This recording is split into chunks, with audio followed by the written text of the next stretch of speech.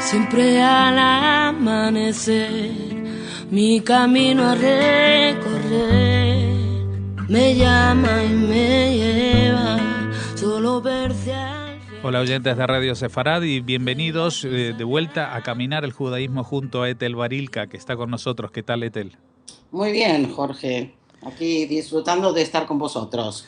Bueno, hoy vamos a hablar de un tema particular, pero que atraviesa todo lo que hemos hablado durante estas, no diría estas últimas, sino en todos los encuentros que hemos tenido, las mujeres en la Biblia, porque justamente ha coincidido que has participado en una especie de mesa redonda sobre el tema, ¿no? Sí, quería comentarte y comentarle también a los oyentes una experiencia que para mí fue muy enriquecedora, que fue hace 10 días, si no me equivoco, sí, alrededor de 10 días que estuve en Barcelona en un curso que organizó el Ayuntamiento de Cornellà junto con la universidad de allí, sobre el tema de las mujeres en la Biblia. Okay. Fue muy interesante porque fue un curso de 4 días donde personas, señoras en este caso, se reunieron para estudiar este tema desde diferentes perspectivas.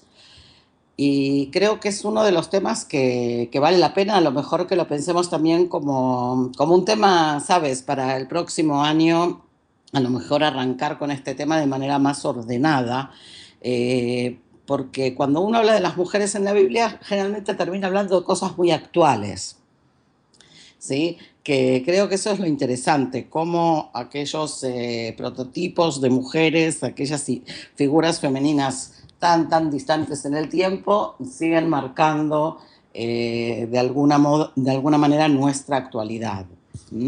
En ese sentido el curso fue sumamente enriquecedor, yo creo que para las participantes, pero también para mí como ponente, gracias a las preguntas que la gente podía plantear, ¿no? Supongo que era un curso interconfesional, que había también cristianos.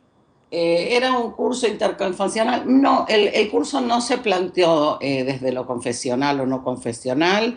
Dentro de los ponentes había judíos y también cristianos, pero digamos, no fue, a ver, ¿cómo te explico? No se trataba de oponer visiones, sino que cada uno manejaba su temática, ¿no? Pero era también en el Antiguo y en el Nuevo Testamento. No, era en el Antiguo Testamento Bueno, únicamente. entonces estabais en pie de igualdad todos. Sí, era solo del Antiguo Testamento. Obviamente la visión judaica del Antiguo Testamento era la prevaleciente. Las participantes no eran miembros de la comunidad judía, sino público en general, que eso fue, creo yo, lo interesante, tener este approach a la visión judaica del texto, y encontrarse con estos personajes como digo yo, que son nuestra propia familia, ¿no? Uh-huh.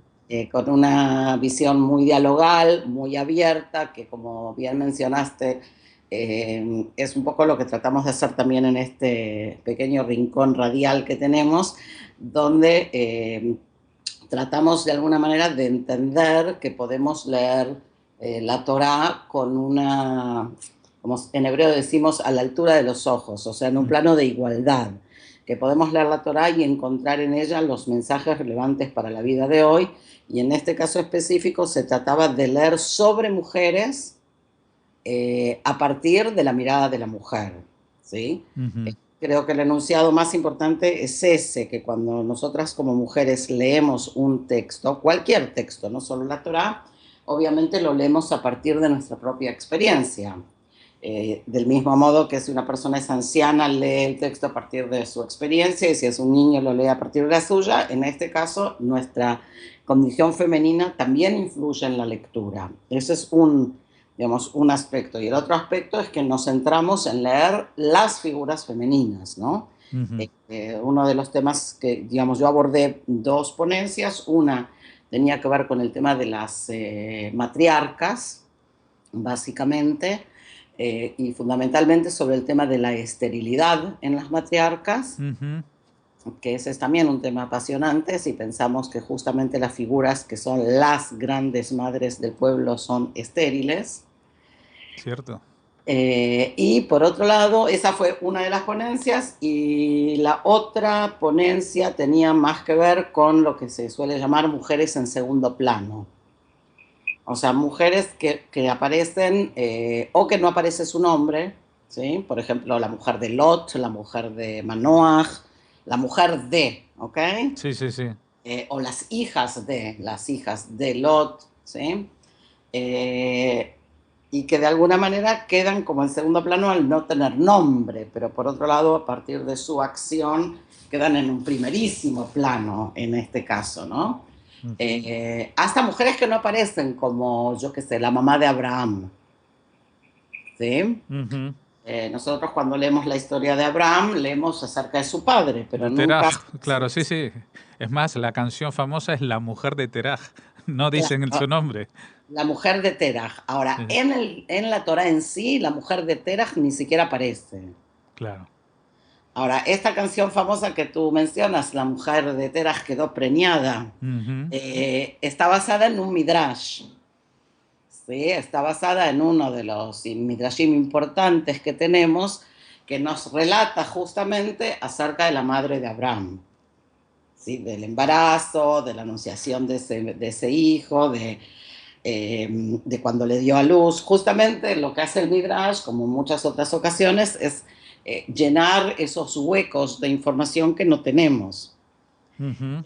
Y la necesidad de popular, como tú bien lo mencionaste, convierte este Midrash en una canción, porque es bastante paradójico que la madre del personaje fundante del pueblo no aparezca.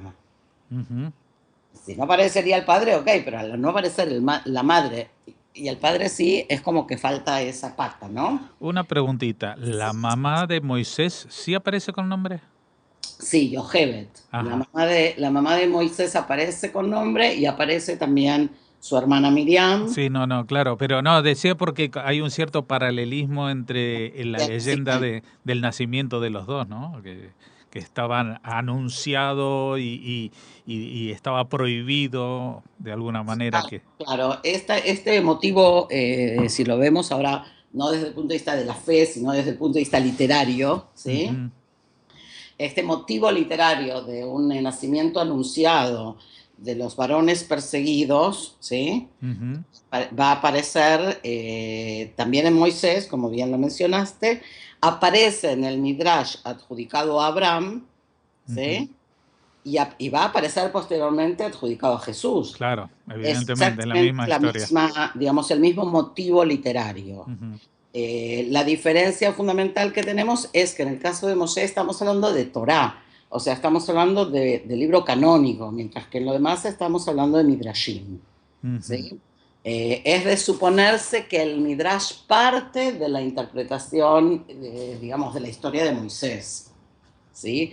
Como que se aplica, digamos, el motivo literario, ¿no? Ujú. Bueno, estos paralelismos no, digamos, son para toda una clase de literatura porque son muy interesantes, pero a mí lo que siempre me ha sorprendido es esto de las mujeres en primer plano y en segundo, que es sumamente importante porque por otro lado tienes mujeres que aparecen con nombre y apellido, digamos, como Dina, la hija de Jacob, que si bien aparece con nombre, no abre la boca, digamos, ¿no?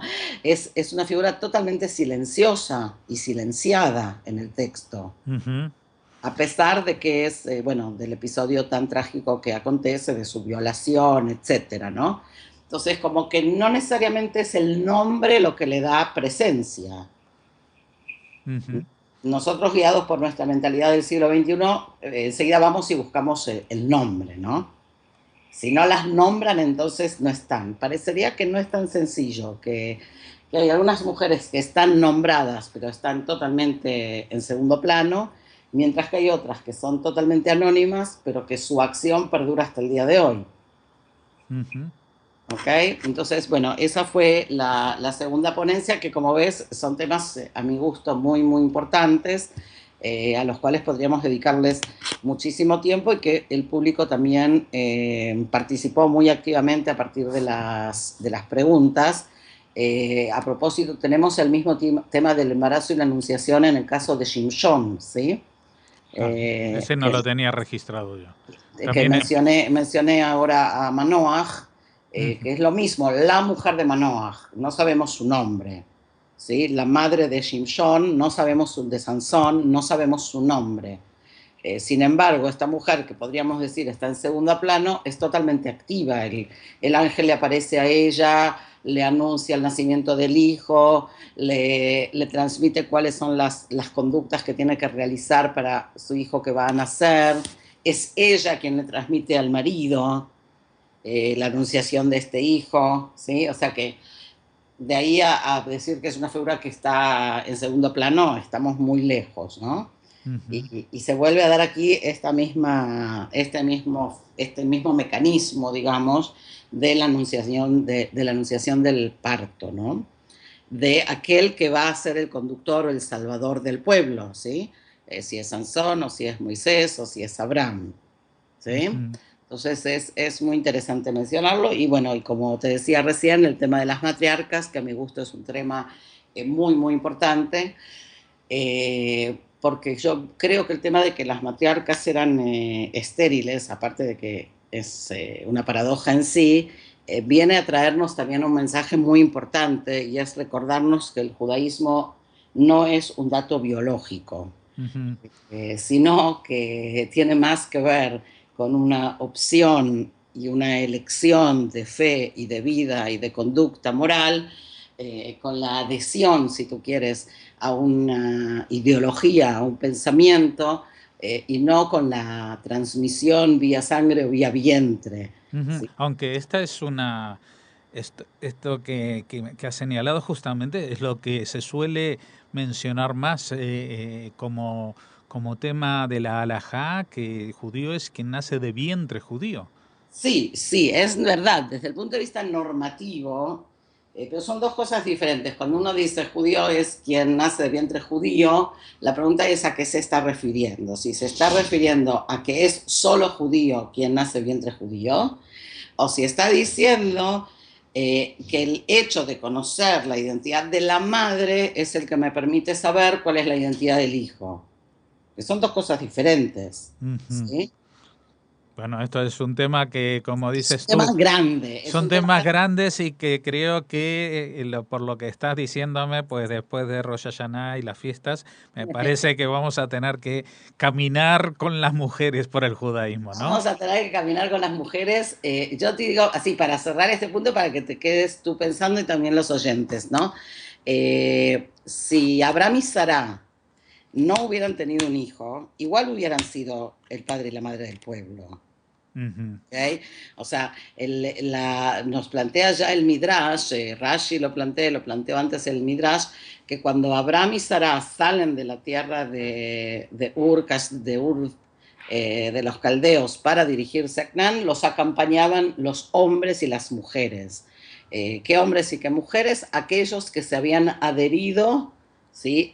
O sea, hoy diríamos se habían convertido, ¿no? Se habían adherido al judaísmo o a la idea monoteísta, en este caso, que era la que Abraham y Sará promulgaban. O sea, que la pertenencia al judaísmo, una de las cosas es el vientre, pero no es el único.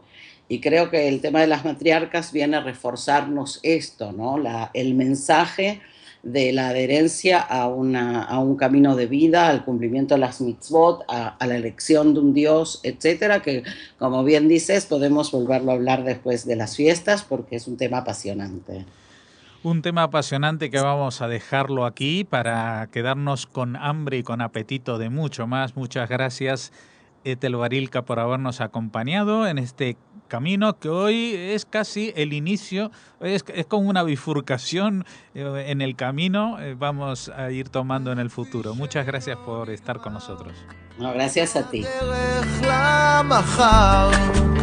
באופק נוגע